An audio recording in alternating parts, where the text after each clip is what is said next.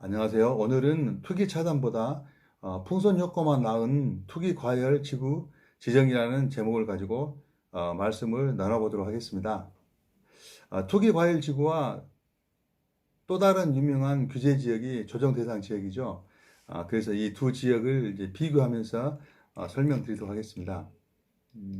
먼저 투기 과열 지구와 조정 대상 지역의 규제 도입에 대한 그런 히스토리를 알아보도록 하겠습니다. 규제 지역은 주택 가격 안정을 위해서 국토부 장관과 시도지사가 이제 지정할 수가 있는데요. 2002년 8월 26일 주택법의 전신인 주택건설 촉진법 시절부터 도입되기 시작했습니다. 가장 유명한 투기과열 지구의 지정 사례는 2006년 노무현 참여정부 시절에 지정된 이른바 버블세븐 지역이었죠. 강남구, 서초구, 송파구, 양천구, 목동, 분당 신도시, 평촌 신도시, 용인 수지구였습니다.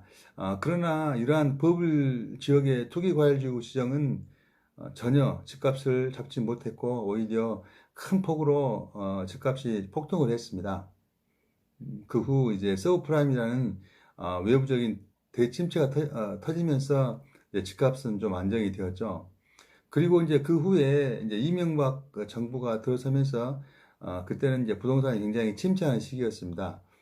그래서 2011년 12월 12일 날 강남 3구가 이제 투기과열 지구가 해제가 되면서 이제 모든 규제 지역이 이제 해제가 되었습니다. 그 후 이제 2017년 5월 달에 문재인 정부가 출범을 했는데요. 그때부터 다시 이제 부동산이 이제 상승하기 시작했습니다. 그래서 이제 2018년 파리 부동산 대책을 통해서 투기 과열 지구가 다시 지정되기 시작해서 지금은 많은 규제 지역이 이제 지정된 상태고요. 그리고 많은 이제 부동산 대책이 나왔습니다. 그러면 이런 투기 과열 지구와 조정 대상 지역의 지정 기준에 대해서 알아보도록 하겠습니다. 먼저 투기 과열 지구인데요. 해당 지역 주택 가격 상승률이 물가 상승률보다 현저하게 높은 지역 중에서 다음 네 가지 중에 한 가지가 충족이 되면 지정할 수가 있습니다. 직전월부터 소급하여 주택 공급이 있었던 2개월간 해당 지역에서 공급되는 월 평균 청약 경쟁률이 5대 1을 초과한 곳, 이제 국민주택 규모인 경우는 10대 1을 초과한 곳이고, 두 번째로는 주택 분양 계획이 직전월 대비 30% 이상 감소한 곳, 세 번째로 주택건설 사업계획 승인이나 주택건설 허가 실적이 직전 연도보다 급격하게 감소한 곳, 마지막으로 신도시 개발이나 전매 행위 성행 등으로 주거 불안 우려가 있는 곳으로 주택 보급률 또는 자가주택 비율이 전국 평균 이하이거나 주택 공급 물량이 청약 1순위자에 비해서 현저하게 적은 경우입니다. 그리고 추가적으로 지역주택 시장 여건을 고려했을 때 주택에 대한 투기가 성행하거나 투기가 이제 성행할 우려가 있는 지역도 투기과열 지구로 지정할 수가 있습니다. 지정 절차는 이제 국토부 장관이나 시도지사가 지정 해제를 할 수가 있는데요. 국토부 장관은 지자체 의견을 청취를 해서 검토 의견을 회신을 한 후에 주거정책심의위원회 심의를 거쳐서 지정 해제를 할 수가 있고, 시도지사는 국토부 장관과 협의해서 지정 해제를 할 수가 있습니다. 이제 조정 대상 지역을 알아보겠습니다. 조정 대상 지역은 직전부터 소급하여 3개월간 해당 지역 주택 가격 상승률이 시도 소비자 물가 상승률의 1.3배를 초과한 지역입니다.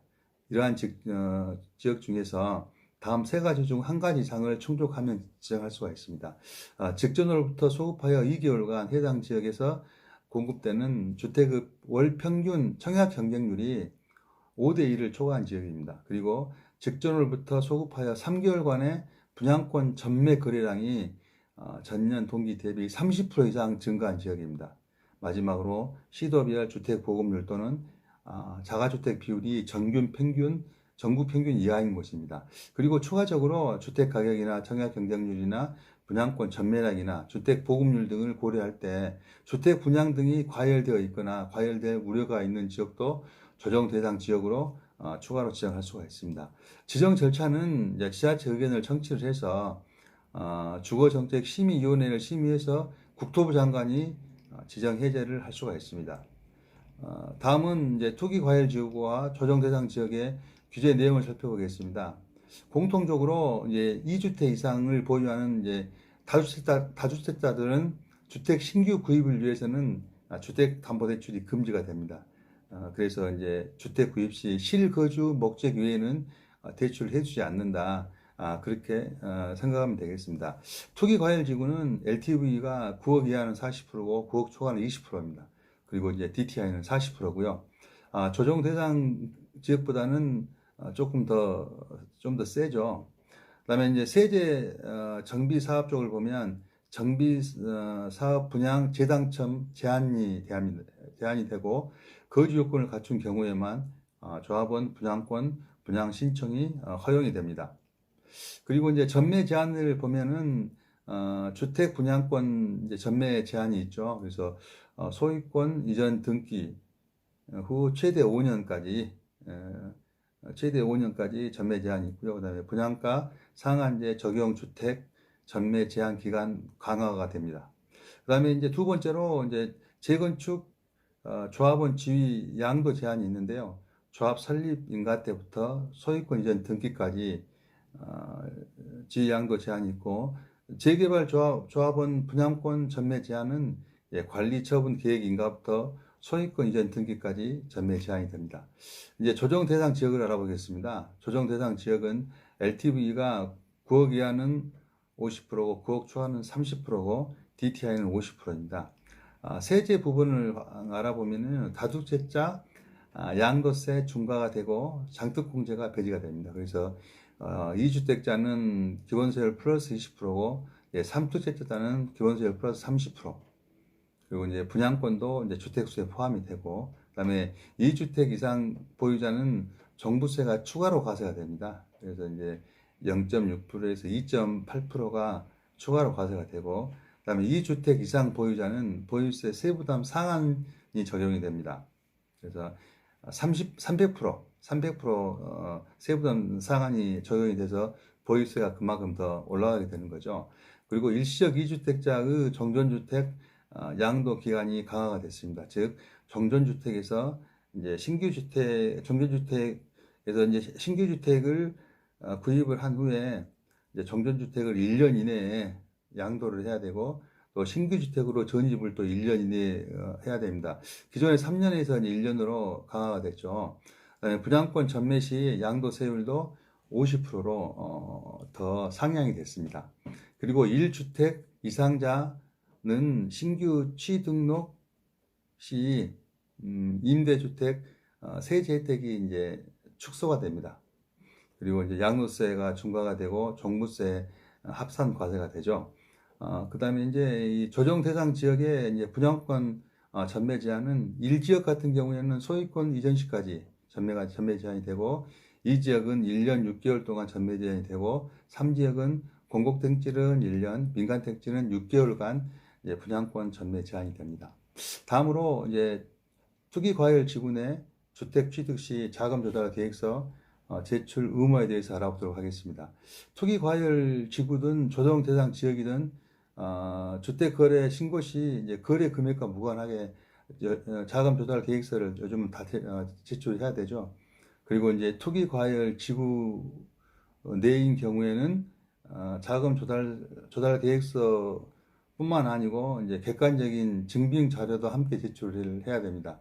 그리고 이제 법인 같은 경우에는 법인 등기 현황이라든지 거래 상대방 간 특수 관계 여부라든지 주택 취득 목적 등을 추가로 신고를 해야 됩니다. 그리고 이제 법인이 주택 매수자로서 거래를 신고하는 경우에는 거래 지역이라든지 또 거래 금액과 무관하게 자금 조달 계획서를 또 제출해야 됩니다. 그러면 이제 이번에는 최근에 발표된 투기 과열 지구 내 조합원 지위 이전 금지 강화에 대해서 살펴보도록 하겠습니다. 부동산 대책으로 투기 과열 지구로 지정이 되면 낙인 효과가 발동하여 투기 과열 지구로 지정된 지역이 오히려 상승하는 배불른 효과 등이 발동을 하고 있죠. 그래서 주택 가격이 계속 지금 상승을 하고 있습니다.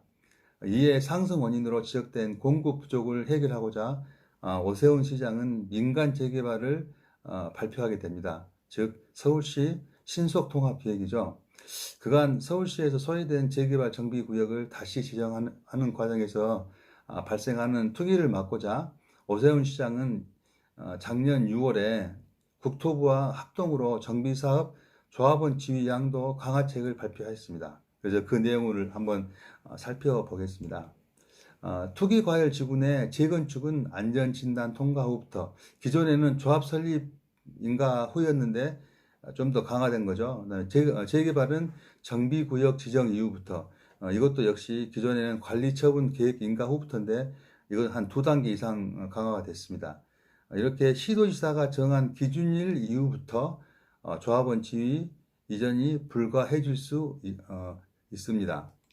이는 국토부와 오세훈 서울시장이 공동협의하에 발표한 내용인데요. 정부와 서울시는 향후 도정법을 이제 개정키로 했는데 아직까지 지금 국회를 통과하지는 않았습니다. 그리고 이제 종전의 재건축은 조합 설립 인가일에서 안전진단 통과 후로 시도지사가 정한 기준일로, 그리고 재개발은 관리처분 계획 인가일에서 정비구역 지정 후 시도지사가 정한 기준일로 조합원 지위 이전 금지 시기가 앞당겨질 것 같습니다. 두 번째로 이제 구체적인 기준일은 이제 시도지사가 정할 수 있도록 함으로써 시도지사의 재량이 커졌는데요. 본안은 오세훈 서울시장이 건의해서 작년 6월 9일 국토부에 발표한 사항이기 때문에 향후 서울시의 정비사업 내 조합원 지위 양도 기준일은 조금 더 앞당겨지지 않을까, 그런 예상이 됩니다. 하지만 사업이 장기화되어 정체될 경우에는 예외적으로 조합원 지위 양도가 허용될 수 있습니다. 첫 번째로 안전진단 통과일로부터 2년 이내에 정비계획 위반이 없는 경우, 두 번째로 정비구역 지정이 됐는데 2년 이내로 추진위 설립 신청이 없는 경우, 세 번째로 추진위 설립이 됐는데 또 2년 이내에 조합 설립 신청이 없는 경우, 이런 경우에는 이제 조합원 지위 양도가 허용이 되는 겁니다. 그렇죠. 더 이상 다음 단계로 지정이 못되기 때문에 당연하죠. 그래서 이제 본안은 서울시에서 추진한 안으로서 도정법이라는 국회 의결이 필요하고요. 최근 이제 국민의힘 측에서도 정부안보다는 완화된 도정법 개정안을 발의한지라 향후 국회 논의를 지켜봐야 될 것 같습니다. 이처럼 재개발, 재건축, 정비구역 내의 조합원 지위를 이전하는 거래 금지 시기가 앞당겨질 경우에 어떤 효과가 있을까요? 첫째는 수요가 높은 재개발 지역 내의 주택 거래가 일찍 금지가 되어 주택 공급이 줄어드는 효과가 발생해서 주택 가격이 상승할 수가 있습니다. 두 번째로 기존처럼 개발이 확정되는 시점이 정비구역으로 지정된 후부터 거래 금지를 시켜야 되는데 전 단계부터 규제를 함으로써 시기를 알 수 없는 미래에 거래 금지를 소급해서 규제하는 모순을 낳고 있죠. 그래서 이제 이러한 권리 산정 기준일과 현금 청산이라는 법적 모순을 발생시켜 개인의 소유권을 침해하는 사회적인 문제를 낳고 있습니다. 세 번째로 미래의 현금 청산 문제로 개발업자의 주택 공급을 차단함으로써 아파트 가격 상승에 의해서 이제는 빌라 가격도 급상승하는 심각한 지금 주택 문제를 더욱더 지금 악화시키고 있습니다. 그리고 마지막으로 이제 투자자 입장에서 보면 개발 초기 단계부터 투자자들이 몰려서 가격을 상승시키고 있으므로 전보다 투자 시기를 앞당기면서 투자 효과를 극대화할 수 있는 점을 상기할 필요가 있는 것 같습니다. 규제 지역에 대해서 알아보는 시간을 가졌습니다. 감사합니다.